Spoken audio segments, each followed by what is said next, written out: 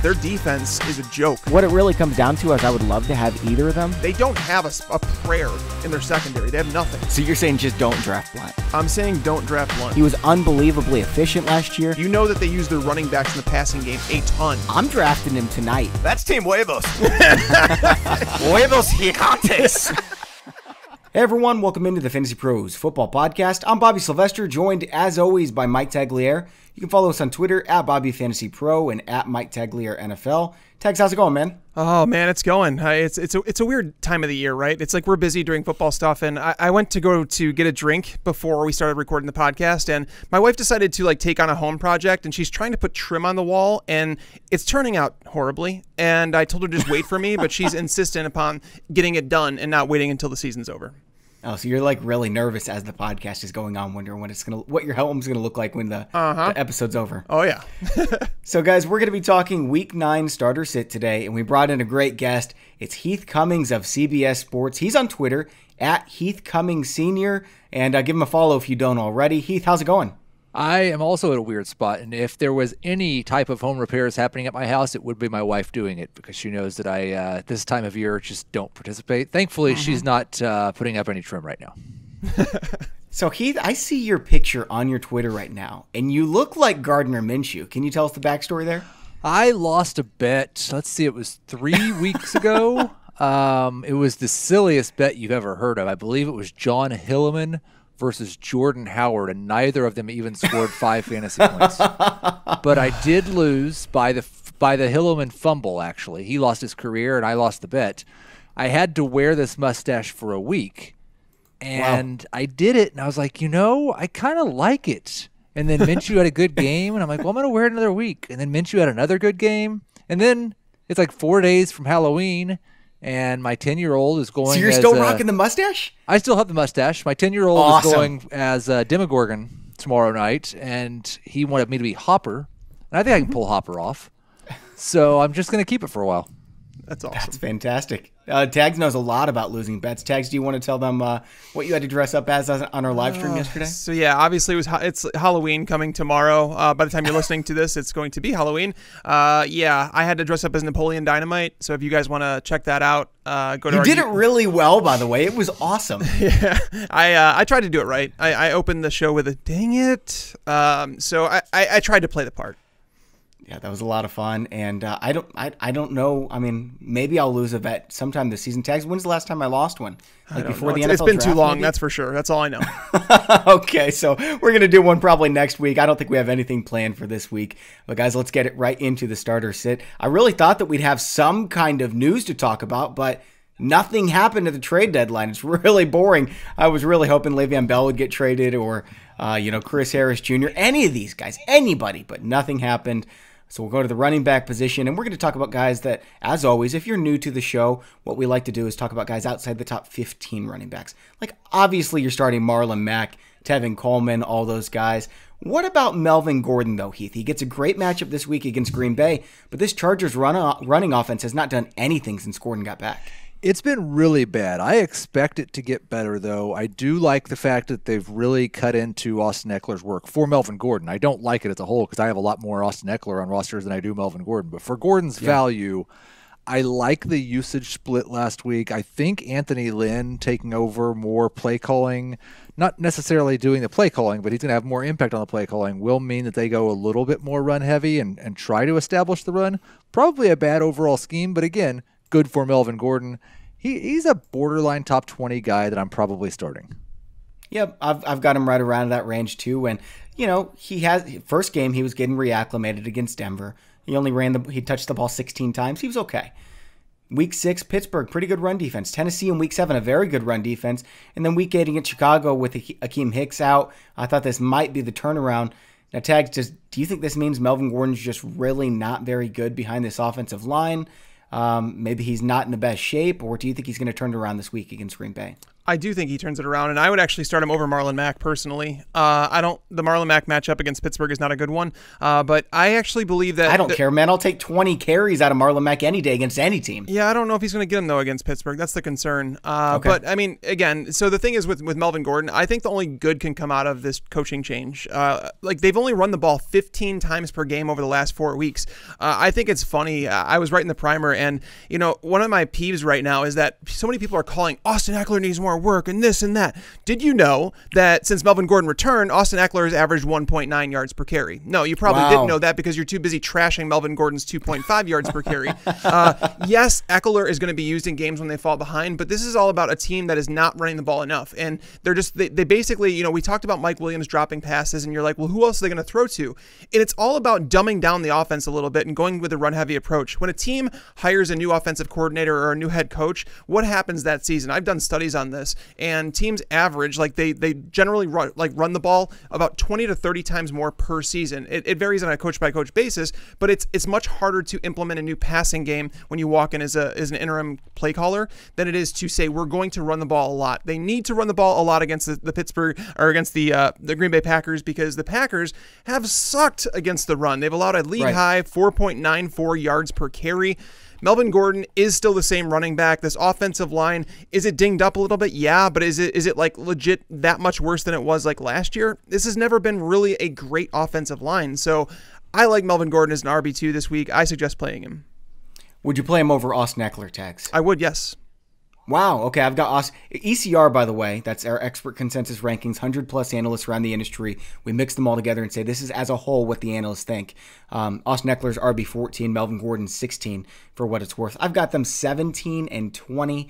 Now let's move on. We're going to play a game where I give you guys 3 running backs. You tell me which one you would rather start if you're dealing with this situation. We got Phillip Lindsey at home against Cleveland. Sony Michel at the Baltimore Ravens.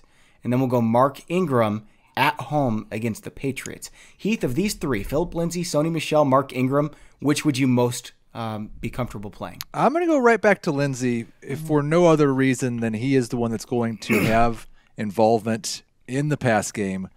And I would expect that with this quarterback change, the Broncos are going to try to really lean heavily on the run game. They're not going to take as many shots downfield with Brandon Allen at quarterback.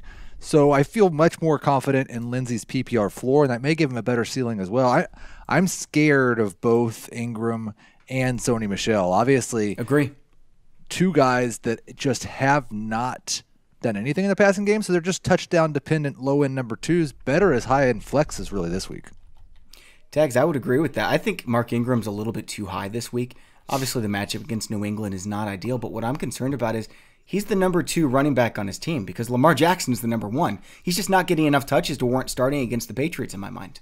Yeah, I mean, you're probably going to start him just because, with bye weeks here, I'm looking at the running back rankings this week, and there's some guys in the top 30 that should not be there, but with the bye weeks that we have with 4 teams on bye, it's kind of created a situation where you're going to be starting people that you don't really want to. I don't like Ingram this week, but at the same time, I have him at 21 in my running back rankings, so it's not like he's too low. I don't like him. I don't like Michelle either. So this one's easy for me. It's Phillip Lindsey. They're going to run the ball a ton with Brandon Allen under center. Cleveland is not running away with any game. They're not scoring points right now. There's just not much that they're doing well. So I don't see them running away from the game.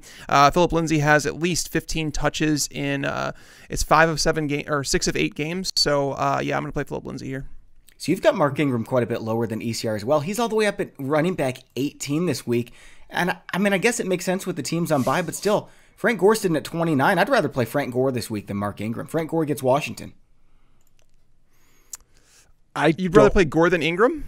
Yeah. No. I wouldn't go that far. Yeah, I'm not there either. I'm below ECR on Ingram, but just a little bit. I just keep waiting for the other shoe to drop with Buffalo, and all of a sudden Devin Singletary gets more touches like he deserves. I hope so. I'm a Singletary owner, but so far what we've seen is Frank Gore, regardless of Singletary being healthy, getting a lot of work in. It's just Washington. That's the really big thing to me. I wouldn't mind starting either of these guys. I just really don't like Mark Ingram getting 10 carries against the Patriots. I don't think that's going to cut it, guys. Yeah, believe me, it's not pretty. But Frank Gore is not pretty either, though. Like I can't. I mean, I have him at 29, so I'm obviously like low on him. I think the question. No, that's where ECR has him as well. That's Yeah, I think the question would be: would you start someone like Kenyan Drake over someone like? Let's pretend someone has Carlos Hyde against Jacksonville. Would you start Kenyan Drake over him, or would you start Kenyan Drake over someone like LeSean McCoy? Well, is David Johnson going to be out first? Oh, he's out. He's not playing. Okay. So Kenyan Drake face San Francisco. Would you rather start him over LeSean McCoy, or who was the other guy? Carlos Hyde. Or Carlos Hyde. What do you think, Heath? Yeah, I'll start him over both because I mean, no Chase Edmonds, no David Johnson. They're going to run a lot of plays. They may not pick up a lot of yards, but we do look. There have been 3 running backs that have had 14 carries or more against San Francisco. They all got over 80 yards. Drake's going to have a lot of involvement in the pass game. And I don't know with LeSean McCoy, it frustrates me to no end what Andy Reid has done the last 2 times that LeSean McCoy has fumbled. He's been so much more effective in the run game, but I don't have a good grip on how many touches I should expect for him this week after he did not play again after the fumble. So I'd like to stay away from both Hyde and McCoy. And I think Drake's a decent, very low-end number 2 running back this week. I would agree over McCoy because I think Williams is going to be the starter. He took over at the end because of the fumble, and Williams looked pretty good. I mean, he was the starting running back before he was hurt. Now that he's healthy, maybe he gets back to that. It's just too much up in the air with a bad matchup. Mahomes is likely going to be out. So I would agree over McCoy, but Carlos Hyde averaging 20 touches the last 4 weeks. And then Jacksonville, while they've had a couple good games against the run, overall they've been about mediocre. So again, 16, 18, 20 touches against Jacksonville. I think that's startable for Carlos Hyde. I do want to mention this, however, with the San Francisco defense. Okay, so everyone thinks, man, the San Francisco defense, it's the hardest to run against in the NFL, if not for the Patriots. But who have they faced? Tags, we talked about this before. Ronald Jones, Joe Mixon, James Conner. Okay, Nick Chubb, that was a tough one. Malcolm Brown, Adrian Peterson, and then last week, Christian McCaffrey. And Christian McCaffrey did really well against them because I don't think they're an elite run defense. I think they're top quadrant, but that's not somebody that you avoid in my mind. And so I wouldn't mind starting Kenyan Drake getting 20 carries against him. Yeah, even Adrian Peterson was able to get 81 yards in the ground against San Francisco. So, I mean, the question is they haven't allowed a lot through the air. They are a zone-heavy team, which is really, it should like allow for production with tight ends and running backs. So I'm not sure if it just hasn't been, like teams just haven't targeted that area of the field. I know that teams average very few plays against San Francisco. That's like part of the thing. But we know Arizona wants to run a lot of plays. The question is, can they be efficient enough to stay on the field? That's the question. So Kenyan Drake, I have at 26 right now. I'm willing to move on him. I just don't really know how to feel about this offense. It's possible that Zach Zenner is involved in like a 50-50 timeshare. I don't think that's the case, but is it possible because Drake's only been with the team for a couple days? Sure. I'm going to guess it's possible, yeah, and especially on the goal line, that would be dangerous, right? Because if if Kenyan Drake was just to get a couple opportunities there as opposed to 0, it's a really big difference from a fantasy standpoint. Let me give you guys 3 more running backs. Actually, you know what? Before I do, I wanted to ask you this, Heath, because you were talking about Gardner Minshew, and you seemed pretty excited about his performance. Are you a Jags fan, or do you have him on your team? I am not a Jags fan at all. I do have a lot of I was really hoping to find a best friend because I'm a Jags fan. I don't know any other Jags fans. No, most of my career here at CBS, Jags fans have hated me because of all the Blake Bortles jokes that I made. But now I'm on fully on Team Minshew. I'm going to be really, really upset if they bench him for Nick Foles, and then the Jags fans will go back to hating me again. That better not happen, by the way. Yeah, it better not. Here are the 3 running backs. Royce Freeman at home against Cleveland, Jordan Howard at home against Chicago, and James White at Baltimore. Tags, I feel like every single week we throw James White in one of these, and we both always say James White. Are you doing it again? I'm on board. I have James White. Literally, you name the rankings I have it James White, Jordan Howard, Royce Freeman. Like I have those 3 legitimately right next to each other. So I think they're all in the same tier. Knowing that Baltimore stuffs the run. Brandon Williams. The thing, so many people have Sony Michel. I saw his ECR is much higher than it should be this week. Sony Michel doesn't do work in the pass game. He hasn't been very efficient with carrying the ball. So why are we gonna He's touchdown or bust. Yeah. So why are we trusting him against a Baltimore defense that's been really stout outside of one game when they were missing Brandon Williams? But Jordan Howard is a really good play. I think Howard comes with a solid floor as well. That's a home game for Philly. The Bears are, again, they've allowed 6 rushing touchdowns over the last 3 games. Miles Sanders dinged up, wasn't at practice today. So I think Jordan Howard's in for a big workload. I don't think you can go wrong between him and James White. I don't think Freeman's a bad start either. I agree. I like all three of them. I've got them all in my top 20. Heath, how do you feel about these three? I'm a Freeman, little Howard, bit lower, I and James think, White. on all three of them, but I like Howard the best. And it really, I do think he like Michelle, has a pretty big range of what you would expect from him depending on what format you're playing. In half PPR, I think I've got him 23rd. I'm a little bit worried about James White and his usage when Rex Burkhead has played. I believe he had 6 touches last week. He had 6 touches in week 2 against the Dolphins. He had 9 in week 1 against the Steelers. Those 4 weeks that Burkhead was out, he had 10 targets, 9 targets, 9 targets, 8 targets. Burkhead kind of muddies that situation for both Michelle and James White because he can do both of their jobs and just gets a few snaps here and there. So I'm just a little bit concerned about him. I like White as a start in full PPR. In half PPR, he'd actually be my 3rd favorite of this group. You know, this is really crazy. I don't think I've ever seen this before. So far through 7 games, James White has between 12 and 14 PPR points in every single game. How's that possible? That's crazy. And he only has 1 touchdown, so it's like eventually there's going to be some touchdowns mixed in there. And so the reason I kind of like White, though, Heath, is that so obviously, you know, Burkhead coming back, that does eat into some things, but Brady has been throwing the ball a ton in games that they're blowing out opponents. If they're not going to be able to run the ball against Baltimore, they're going to go through the air. And if you look at the cornerback matchups that they have, you know, Julian Edelman gets Marlon Humphrey. You're going to have Jimmy Smith coming back to the lineup with Mohamed Sanu or whoever covers him, Philip Dorsett with Marcus Peters. And it's like these matchups are not great matchups for the wide receivers. So do we tend more to like the Ben Watson, or do we go to James White? It seems like this could be a White game. Yeah, I'm more concerned they just aren't going to have that much success running or passing the ball. I think this could be a pretty low-scoring game. Yeah. All right, guys, let's go to the next group of 3 running backs. We'll go with David Montgomery at Philadelphia, Jamal Williams at the Chargers, and Adrian Peterson at the Buffalo Bills. Do you feel comfortable with any of these 3, Heath? I like Montgomery and Williams okay as low-end number 2 starters. Me too. Williams, I'm scared of his touches the last 2 weeks, but this is just another very, very good matchup, and you know it's basically going to be a home game for the Packers. And so I don't really dislike his chances of kind of producing in an unsustainable way one more time. I think Montgomery will have an increased role in the passing game like he did last week. He won't get the 27 carries, but 17 would be just fine, even in a bad matchup. I'm not going to trust Adrian Peterson in this game against the Bills. I know they got gashed by the run last week, and they haven't been as good as we expected against the run. I still think they'll be good against the run against Washington.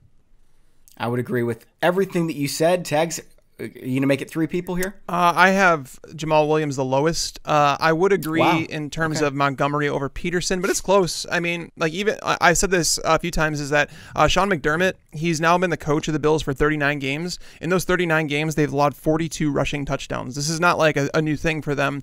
Their defense against the pass is like legit. And we know under Bill Callahan that they're running the ball. And do we expect the Bills to run away with this game? I don't think so. I mean, otherwise we would be starting Frank Gore or Devin Singletary. They just don't blow out teams. That's not what they do. So knowing that there's been 8 different running backs who have totaled at least 60 yards in the ground against the Bills, I'm not opposed to starting Peterson. I have him at RB25. I have Montgomery at RB24. So I think they're both playable this week. And I'm usually against Adrian Peterson, but under Callahan, they're just running the ball a ton. And Buffalo's weakness is against the run. Let's get one more group of 3 running backs, and then we'll ask for people, running backs that you would feel comfortable playing outside of the top 30. So here's my next 3. We're going to leave James Conner out of this because it's really up in the air about his health. Let's go Devin Singletary against the Washington Redskins. We'll go Mark Walton face the New York Giants, and let's throw New York Jets. I'm sorry. I'm losing my mind, guys. Okay, so I'm going to say this again. Devin Singletary against Washington, Mark Walton against the Jets, and Kenyan Drake. We already talked about him against the 49ers. Drake. I may be responsible for Mark Walton being this high in the ECR because I see the highest rank he is 22. Is that where you have him? I've got him just a little bit higher. I think mine might not be showing up yet. I just entered mine in this morning. Oh, okay. I've got him a little bit higher than that, actually. I think this is a good matchup. The Jets traded away one of their best run stoppers, and then they've lost C.J. Mosley, who's going to be out. And good point. They weren't very good in the first place. And I expect Walton to get 15-plus touches. I love the fact that he got 11 carries to Kalen Ballage's 3 in their most recent game. I like the fact that he got 6 targets. He's going to be more efficient than he was against the Steelers. I'm mostly just starting Mark Walton.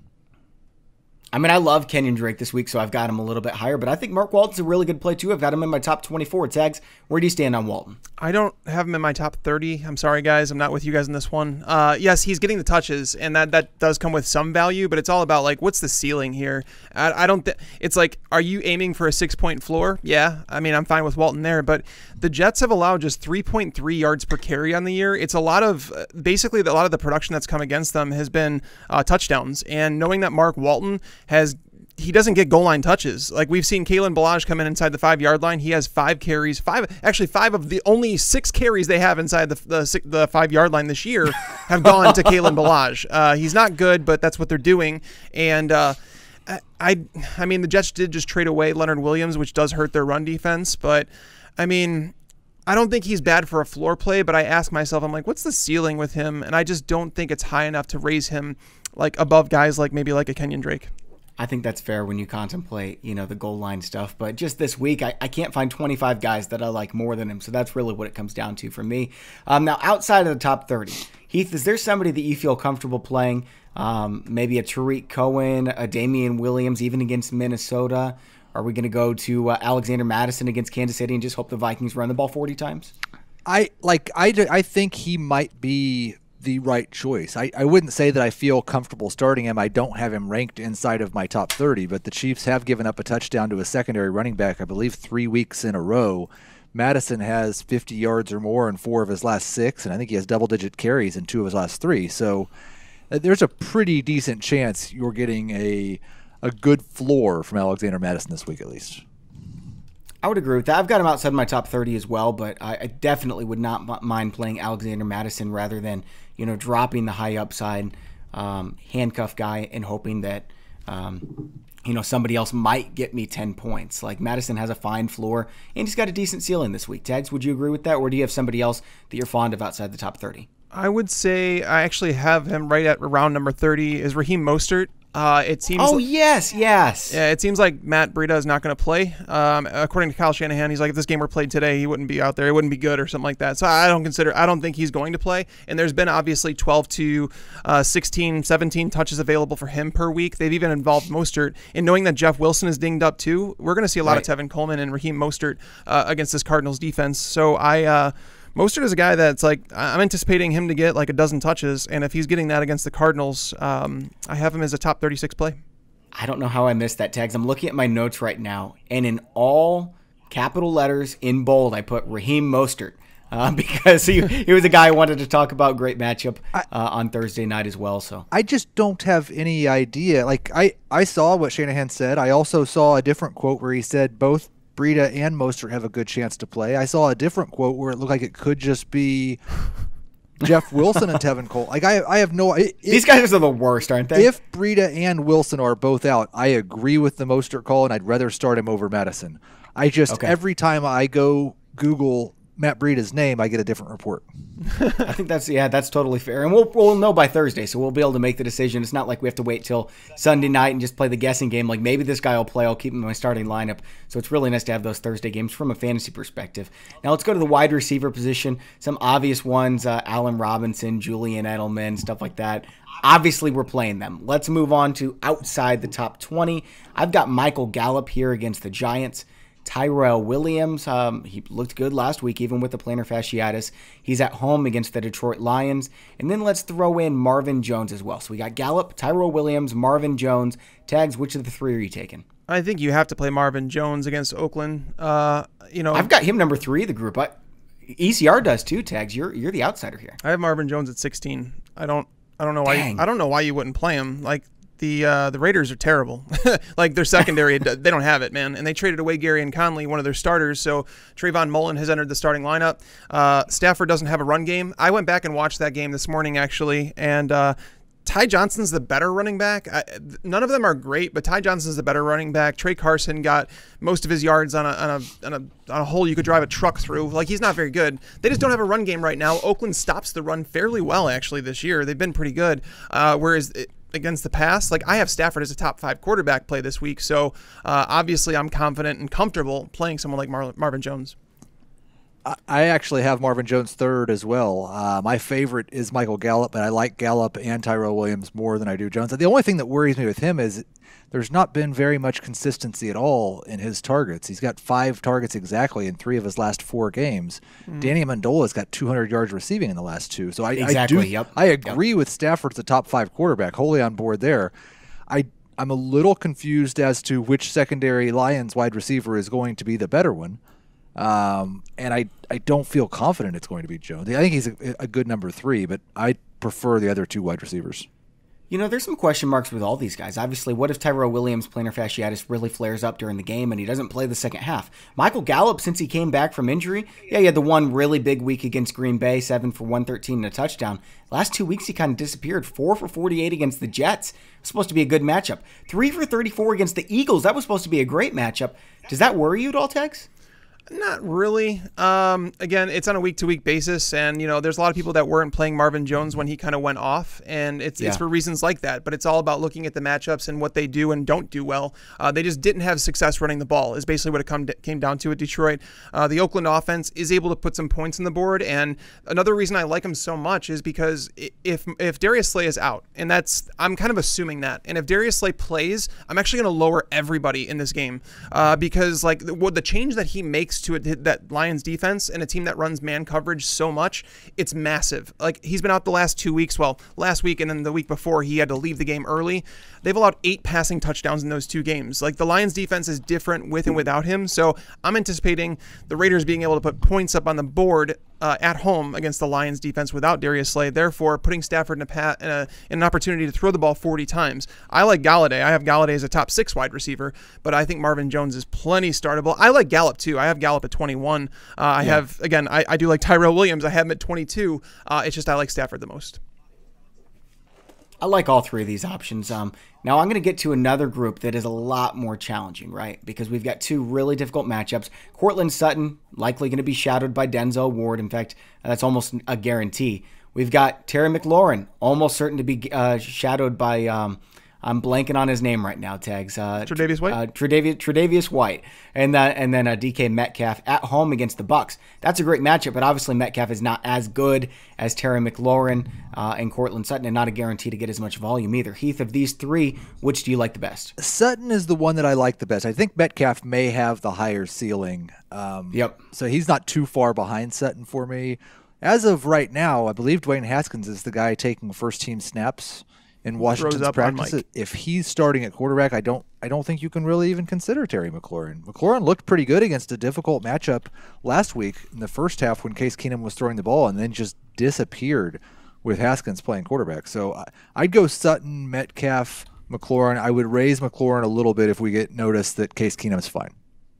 Tags, Dwayne Haskins looked horrible in his debut, but is this somebody that we think is going to be better for wide receivers moving forward? Well, it was actually the second time we saw him on the field, Haskins, and he didn't look good the first time either. So it hasn't been good. So McLaurin, I'm not necessarily high on him regardless. Like, Tre'Davious White's not going to shadow him, but because they're not shadowing this year, they're just playing sides. But either way, Buffalo's been really difficult to move the ball against in the secondary. Courtland Sutton, I do not like at all. Brandon Allen taking over at quarterback. Like, the Browns have one goal to stop Courtland Sutton. They can bracket him, they can shadow him, they can do whatever the hell they want. The question is, can Brandon Allen get him the ball? And I don't know if he can. I mean, let's go back to the start of the year. We were worried about Courtland Sutton, right? Like, nobody was drafting him as like a wide receiver 2 or a wide receiver 3. They were drafting him as a bench player that they were hoping he would step into a bigger role. And Flacco was a guy that targeted him when he was even blanketed in coverage. Like, Sutton's been winning some contested catches. Yeah, I don't have faith in him. Like, I honestly don't think I'm going to rank him as a top 30 wide receiver this week. I don't like him. The matchup isn't great. I just think that's a low-scoring game. Denver's probably going to run the ball a ton. So this one is easy for me with DK Metcalf against Tampa Bay.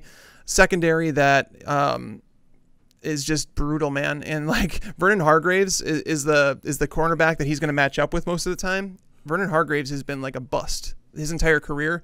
Metcalf, the targets have been there, the air yards have been there. He still has more air yards this year than Tyler Lockett. So, I mean, the guy tied to Russell Wilson. Yeah, I'm going to take DK Metcalf, who I have as a top 24 play this week. I'm going to play devil's advocate here, okay? When Kyle Allen took over for Cam Newton, everybody was like, oh, crap, this is horrible for Curtis Samuel and DJ Moore. When Gardner Minshew took over for Nick Foles, nobody thought that D.D. Westbrook was going to be anything. Nobody thought that DJ Chark was going to be a wide receiver 4, let alone a wide receiver 1. When Nick Mullins took over last year, he was really good. A lot of times these backup quarterbacks are fine. I mean, Brandon and Joe Allen's been on Flacco's not multiple really teams good. Like, for a there's a reason. chance. There is a chance that maybe it's an upgrade here. I'm going to say no. I will. You would have said no about Gardner Minshew, too. He threw 3 interceptions this preseason playing against backups. No touchdowns. I mostly agree. I would say I feel like there's a better chance that Brandon Allen has a surprisingly good game this week than Haskins. I would agree with that. I mean, I don't think it's high. I don't think it's more than 50-50. I'm just saying, like, I think there's a much better chance that Dwayne Haskins is a better quarterback eventually. But Haskins was just so bad last week and was so bad earlier that, like, I don't have any hope at all.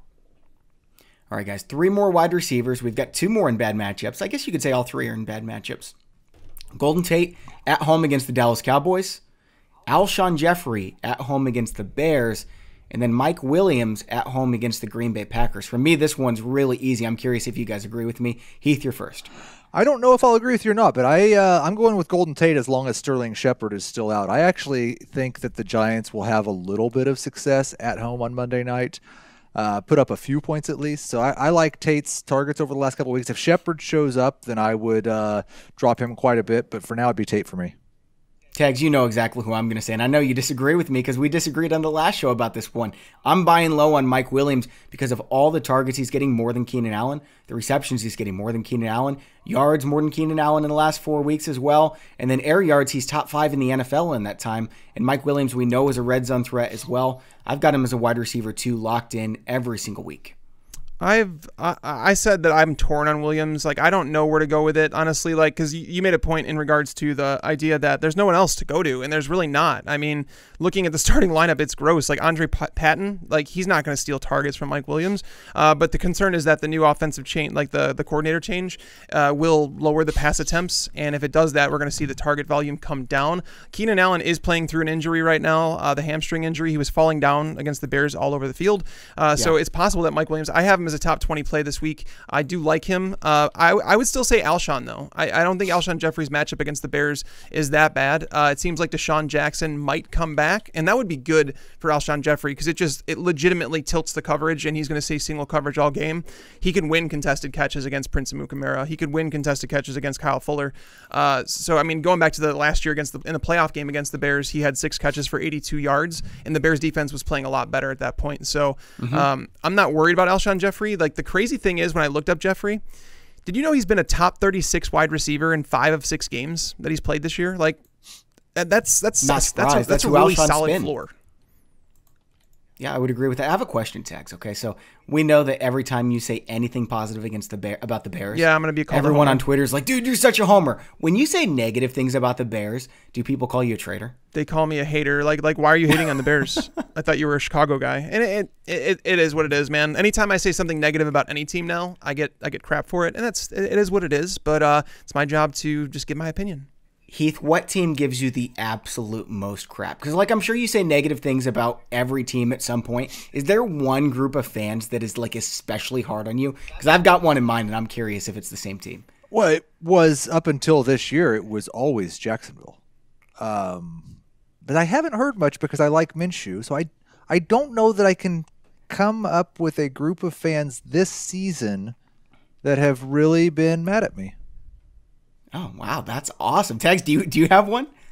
Everybody's mad at me. It was the Titans last year. Like, Titans fans hated us so much. No, I tweeted out. No, maybe it's 49ers fans now that we said that they're not better than last year's Bears. The defense that we and that's another thing. People are saying your homerism is showing. I'm like, wait, did you guys not watch the Bears defense last year? I'm more than open to tell you that the Bears suck this year. I'm okay with that. But their defense, I mean, like the 49ers are really good. They've got a legitimate chance at winning the Super Bowl. I just think they're a little bit overrated right now. I would take bets on that. By the way, if you're a 49ers fan and if you want to bet that, and like if we could put it like get it notarized somehow because nobody ever pays up bets, I would bet against your 49ers winning the Super Bowl this year. I would too. That's awesome. Okay, guys, let's keep moving. I'm going to give you guys 3 more wide receivers here. Let's go Curtis Samuel at home against the Tennessee Titans, Kenny Stills at the Jacksonville Jaguars, and Christian Kirk face the San Francisco 49ers. I don't mind either of these 3, but none of them really feel all that safe, Heath. What do you think? Yeah, I think I may be low on all 3 of these guys. It was Samuel, Stills, and who? Christian Kirk. They're all inside the top 30 ECR. I don't have any of them in my top 30 ECR. No, the highest, I guess, and I didn't expect to say this because I've generally been the lowest on this guy for most of the year, I feel like, is Curtis Samuel. Kirk, I like a little bit more in full PPR, but I am a little bit scared of that defense, and I'm scared of the ineffectiveness of the Cardinals' offense, especially in the red zone so far this year. And then I think, like Kenny Stills last week, this is just the type of guy that I'm probably going to be lower on more often than not with my process. Because, yeah, he can turn 5 or 6 targets into 100 yards and a touchdown. But if you're getting 5, 4, 6 targets on a weekly basis, I think you're going to miss more often than not.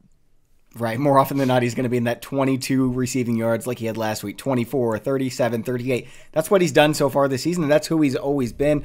Tags, I've got Kenny Stills as a wide receiver 4 this week. Am I crazy? No, that's where I have him. I have him like right around wide receiver 40. So maybe we're both crazy. I'm not high on him at all. I mean, I don't think that I'm low on actually on that passing offense this week in terms of like Deshaun Watson. I don't think Watson's a top 5 quarterback this week, and like so many people are because he goes up against the Jags and he's been crushed by the Jags in his career. He has, and I know they lost Jalen Ramsey, but I mean now he's dealing with this eye thing that I don't know what's going on with it. That it's swollen shut and it hasn't opened yet. And now going to play in London. There's a lot of variables with that game that I don't know. I don't know how to feel about him. I just don't feel great about it. And it's not like Kenny Stills just had a good game against a defense that you could throw the ball all over in Oakland. So I'm a little low on him. There's a wide range of outcomes for Kenny Stills, but it's all about playing the possibilities. So I'm going to take Christian Kirk here. Me too. Kirk has seen at least 8 targets in 4 or 5 games, and the only one that he didn't was the game he had to leave. So, I mean, anytime you're getting a wide receiver with that many targets playing at home, I know San Francisco's a tough matchup. They are, but again, they're willing to allow the underneath stuff. So Christian Kirk, his average depth of target isn't very big. It seems like Kyler Murray is gravitating towards the middle of the field with those guys. So I'll go Kirk here and just take the targets. I'll say this for Kenny Stills. If Kiki QT had played even 1 snap for Houston last week, I'd be a little bit more worried about him. But Kenny Stills is clearly the number 2 on this team. Yeah, the QT thing is weird. Heath, have you heard anything about Kiki QT? And O'Brien said they asked him in the press conference after the game, and he's just like, "Yeah, we probably should have got him some more opportunities." And I'm like, "You didn't give him any opportunities. Like he wasn't on the field." He was clearly in the doghouse. He was just lying to us all. Come on. Oh, I know, but I'm saying, like, did we hear anything on why? Like, what happened? I have heard absolutely nothing. My assumption is that basically Duke Johnson killed Kiki QT. Nice. All right, guys. We've got let's do 2 more groups of wide receivers, and then we'll go for some really desperate plays if you've got a guy on a bye or somebody who's injured. This next group is going to start with Robbie Anderson at Miami. And they just shut down Xavier Howard, by the way. They have I guess they have Aqib Talib now. I don't understand why that happened. He's on IR. He's not playing for them. Yeah, Emmanuel Sanders at Arizona. And I'm going to leave out Devontae Adams because we don't know if he's playing. Let's go Jamison. No, we'll leave out a Jet, too. Let's go Jarvis Landry at Denver. So we got Landry, Sanders, and Anderson. Yeah, I'm a little skeptical of Robbie Anderson and this entire Jets offense, even against the Dolphins. But I still like Anderson the best of this group. It's a great opportunity for the Jets. I don't doubt the matchup at all. But this is the ultimate test over the next 4 or 5 weeks of how much matchup matters. Because obviously the Jets have been one of the worst offenses in the NFL, even with Sam Darnold at quarterback, against some very good defenses. Now they're going to play 6 really bad ones. I'm not sure that's going to turn them into a good offense, but it could make them average. Anderson's high-end number 3 for me. Just barely inside my top 30. Tags, I've got him at 26. How high do you have Anderson, and where do you have the rest of the guys? That's exactly where I have him at 26. I wanted, like, when you asked this question, I wanted to say Robbie Anderson. I really did. My rankings say that's Jarvis Landry because Odell Beckham is like legit.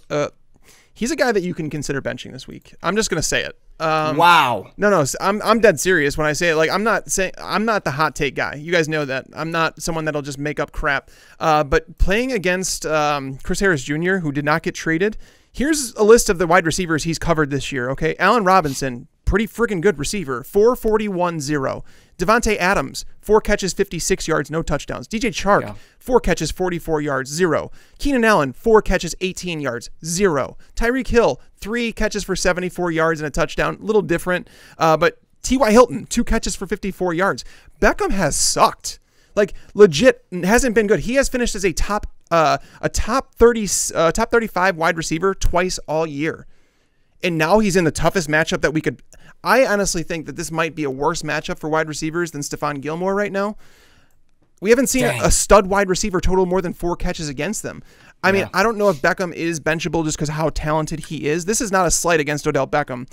It's a slight against Baker Mayfield, this entire offense, and it's major kudos to Chris Harris Jr. Do you guys, let's pretend there's a situation, okay, that someone has on their fantasy team. They're choosing between Robbie Anderson, Odell Beckham, and Tyrell Williams. Which of the two, which two are you playing of those guys? Would you play Robbie Anderson over Beckham this week? I would not. I totally understand what you're saying, Tags. There's a big gap in there's a big standard deviation between Odell Beckham's rankings. Like, some people have him all the way up as a wide receiver 1. Some people have him all the way down as a wide receiver 4. You do not see that split often. Yeah, it's just that's what I'm saying. I'm not saying that like everybody bench Odell Beckham, but I'm saying it depends on your options you have. And if you have guys that are locked into production, Keith, you were just talking about Golden Tate. He's a guy that you think is going to produce. Like, would people start him over Beckham? It's really tough, man. Like, again, I'm a big fan of Beckham, the player, like, of what he can do. Like, he's one of the best receivers in the NFL, but this matchup is brutal, and this offense just hasn't done anything. Yeah, I don't disagree with what you're saying. Like, Tyrell Williams, I would start over Beckham. Golden Tate, I would start over Beckham. There are certain circumstances where if someone looked at my rankings, they could make the decision to sit Odell Beckham. I don't think that's a hot take this week. I'm just also skeptical about the Jets, and so that's the reason I wouldn't start Robbie Anderson over him. All right, guys, next 3, we got Corey Davis. I know, Tags, people are going to be mad at us if we say anything good about Corey Davis. He gets Carolina this week, so be tread lightly there. Be careful. We got Devante Parker. You can mix in Preston Williams if you prefer Preston Williams. So let's go Davis, one of the Dolphins receivers against the Jets, and Deontay Johnson against the Colts this week. Heath, who are you taking out of these 3? I'm going to go with Devante Parker, which are famous last words of anyone trying to have success in fantasy football. But he's got at least 11 PPR points 4 weeks in a row. I do think that the Dolphins are going to have some success offensively. I like Preston Williams as well. I like Preston Williams' long-term upside more, but it seems like Fitz may just slightly prefer Parker. So I'll take Parker. I'm not going to fight you on that at all. I've got Parker over Corey Davis. I've got Deontay Johnson just a little bit higher, but all these guys are just inside my top 40. Tags, where do you stand? Yep, I have Parker as well. At least 55 yards and or a touchdown in 6 of 7 games this year. And the only game that he didn't, by the way, was against the Patriots, which, by the way, nobody produces against them. So, I mean, I don't hate it. And like Tremaine Johnson, like he's one of the okay, he's not good. He's like, it's like basically people have accused him of stealing money from the Jets is how not good he's been. But he hurt his ankle last week and might not play. And he was in the starting lineup for a reason because his backup is not very good. So yeah, I'd go with Parker here as well. All right, guys, outside the top 40, Heath, you already mentioned one of the guys I love, Danny Amendola, 2 straight games, 8+ receptions, 95+ yards. But the other one that I absolutely adore this week, Chris Conley, with D.D. Westbrook potentially being out. If he doesn't travel to London, we'll know if he's not playing. And if he doesn't, Chris Conley would be the number 2 against maybe the worst secondary in the NFL right now, Tags. Is that too far with Houston with all their guys banged up? No, it's not going too far. They're terrible. So would you start Chris Conley? I've got him in my top 40 right now, anticipating D.D. Westbrook might be out. I'd rather start Demaryius Thomas. Ooh, all right. Let's hear it. I mean, he's averaged 6.8 targets per game since he came with the team. Darnold, it's like Robbie Anderson is not the possession style receiver, and if Adam Gase is going, if we know anything about Adam Gase, it's that he's ticky tacky and he's willing, like going back to play against his old team. I think he would be more than happy with stomping them, like legitimately into oblivion. And I think you can do that against the Dolphins too. And it's like a confidence builder. If we go back like legit to like 3 weeks ago, Sam Darnold was being talked about the quarterback of the future and that he's the best rookie quarterback of that class. And now people are talking about that he's seeing ghosts. But remember when he threw for over 300 yards and a couple touchdowns against the Cowboys? Well, we're playing the Dolphins here, guys. Le'Veon Bell hasn't been succeeding much running the ball behind that offensive line. So it's like we just watched Mason Rudolph be able to make Juju Smith-Schuster and Deontay Johnson. We watched them produce. So I would play Demaryius Thomas over someone like Chris Conley. Heath, do you have anybody outside your top 40 that you feel confident about, or did we steal all your guys? You said most of my guys. Danny Amendola would be my favorite of the guys that you said. Preston Williams, I could see both Parker and Williams having an okay day. I don't necessarily disagree about Demaryius Thomas. I just don't know in a given week who's going to get the targets for the Jets. I assume they're only going to throw 30, 32 passes in this game. That's pretty much where they've been all year, even in games they've been losing. And you've got Robbie Anderson, you've got Jamison Crowder, you've got Le'Veon Bell, you got Demaryius Thomas. I think you're probably getting maybe And Ryan Griffin was the guy last week. Ryan Griffin gets the red zone targets. So, again, I'm just a little bit skeptical. But I would start him over a couple. Like I'd rather start Demaryius than Larry Fitzgerald because I'm terrified of him. I'm going to mention Cole Beasley as well against Washington. Anthony Miller at Philadelphia. He's been playing a lot more for Chicago. Anybody else that you would mention, Tegs?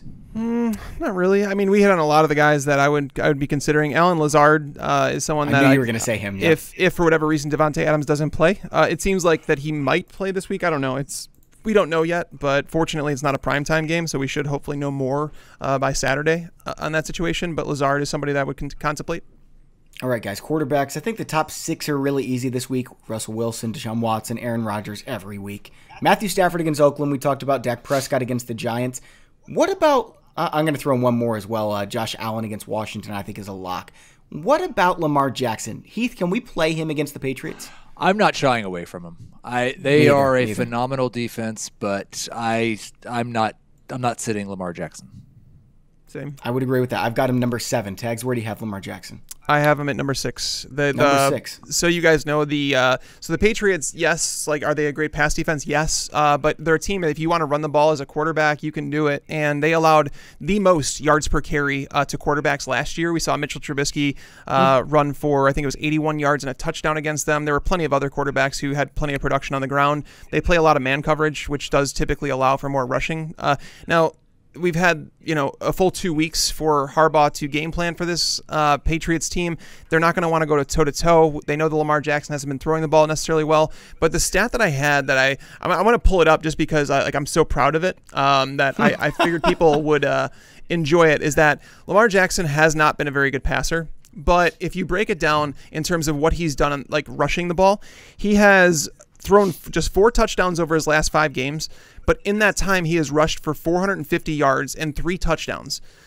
That would be equivalent, just his rushing totals would be equivalent to almost 16 passing touchdowns.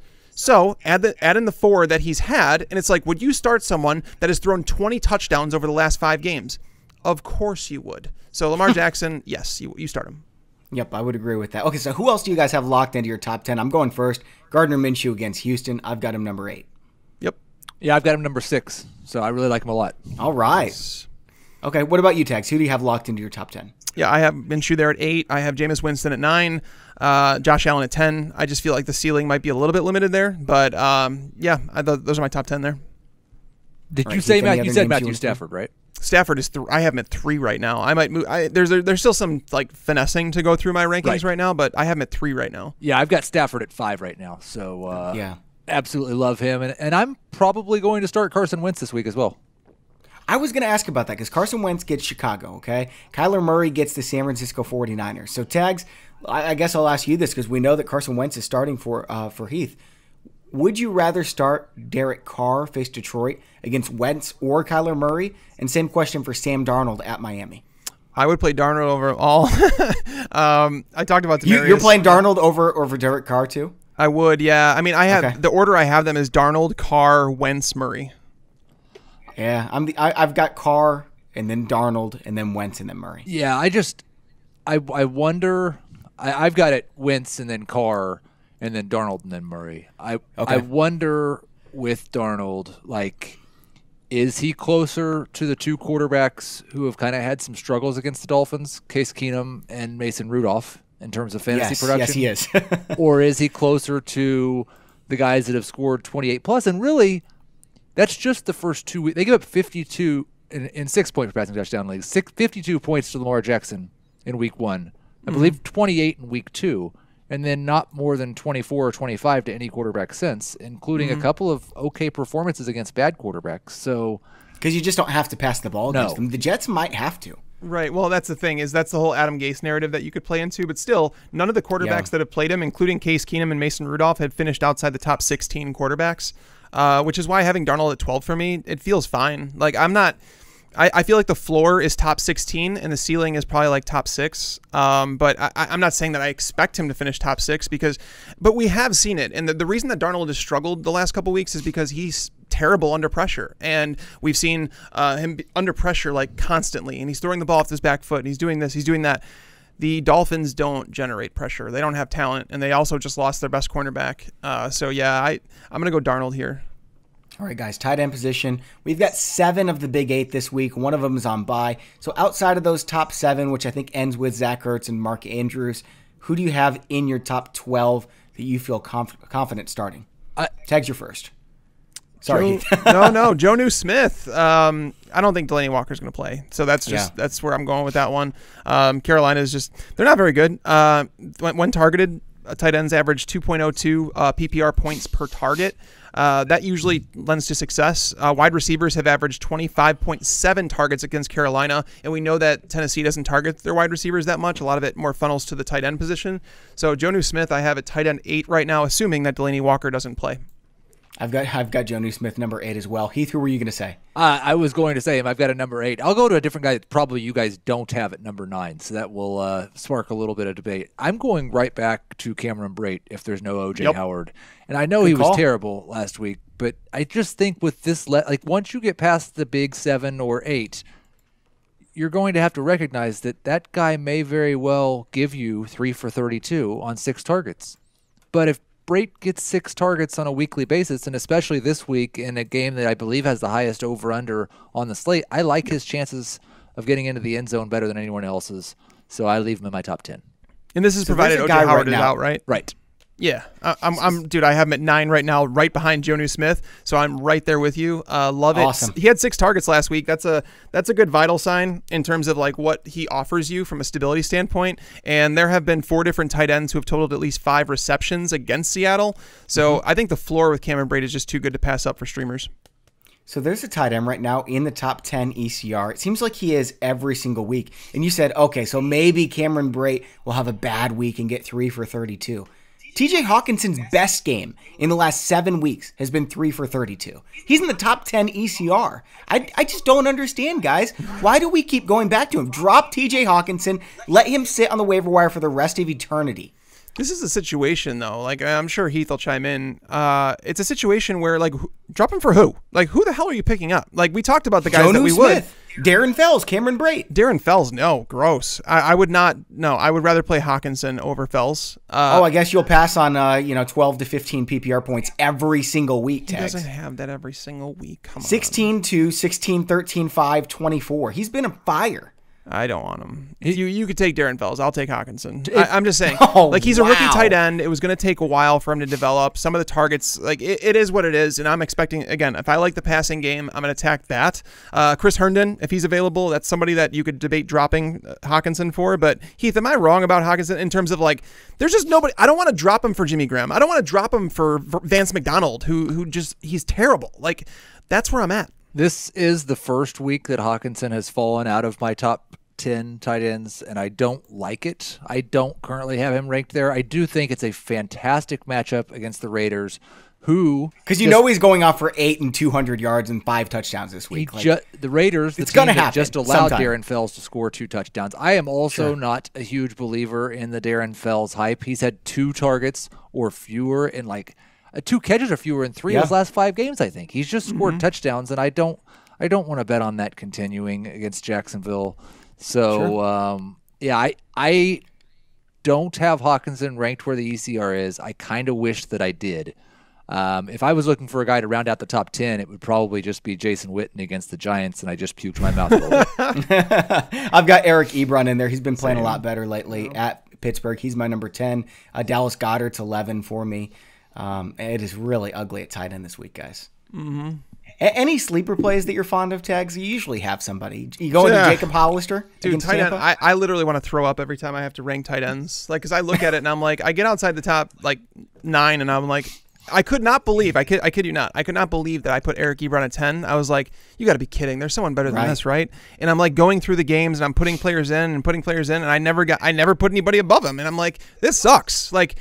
Streaming tight end has never, ever been worse. And I've said this before where if you're an owner of one of these elite tight ends that you plug and play every single week, don't trade them. I have people telling me what's being offered to them. And I'm like, if you have one of these guys, you don't understand the struggles of streaming this year. It's been very, very difficult. There's no sure things. It's hard to find a tight end who's locked into 5 targets or more every single week because a lot of teams are going with a timeshare at tight end, which includes Darren Fells, by the way. So I think that's why we like Hockenson, is because he's out there as the primary tight end, and we just think it's going to lead to targets, but it hasn't. And that's what I'm saying. It's ugly. Just hang on to your elite tight ends, and if you don't have one, go trade for one. All right, guys, DST, who do we like this week? Obviously, San Francisco, Buffalo, New England. After those big 3, who are you really fond of, Tags? Seattle's never a bad play. They're at home against Jameis Winston. I expect this game to be high scoring, but Winston's the type that could throw multiple pick sixes. We've seen that before. And Carolina. Ryan Tannehill, I said to stream him last week against Tampa Bay, but this is a different defense. They get after the quarterback, and they could force Ryan Tannehill into some bad decisions. So I'm going with Philadelphia against the Chicago Bears and Mitch Trubisky. That's a good Who do you one. like, Heath? Yeah, I like both of those options just fine. Another team that I found on the waiver wire that I'm planning on using, Carolina against Tennessee. They got embarrassed by the 49ers. I expect them to bounce back, and I don't really believe this idea that Ryan Tannehill's a good NFL quarterback. Any others in the top 12, Tags, that you're fond of? Obviously the Jets against Miami. I would mention Cleveland. Yeah, the Cleveland Browns, against the Denver. Browns are someone that I I actually moved him in my top 5 right now against Denver and Brandon Allen. And the reverse, Denver against Cleveland. This is going to be a low-scoring game in my opinion. Yeah, that's exactly how I feel about it. The question is how much is Denver going to pass? But Cleveland does have a good pass rush, so when they do drop back to pass, it's can they get after him? I think so. Heath, any others in the top 12 you want to talk about? Not really. Yeah, it is pretty ugly.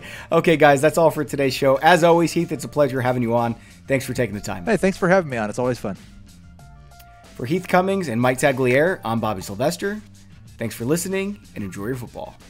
Thanks for tuning into the Fantasy Pros YouTube channel. Make sure to check out our featured videos as well. Also, make sure to click that red subscribe button to get notified when we post videos in the future.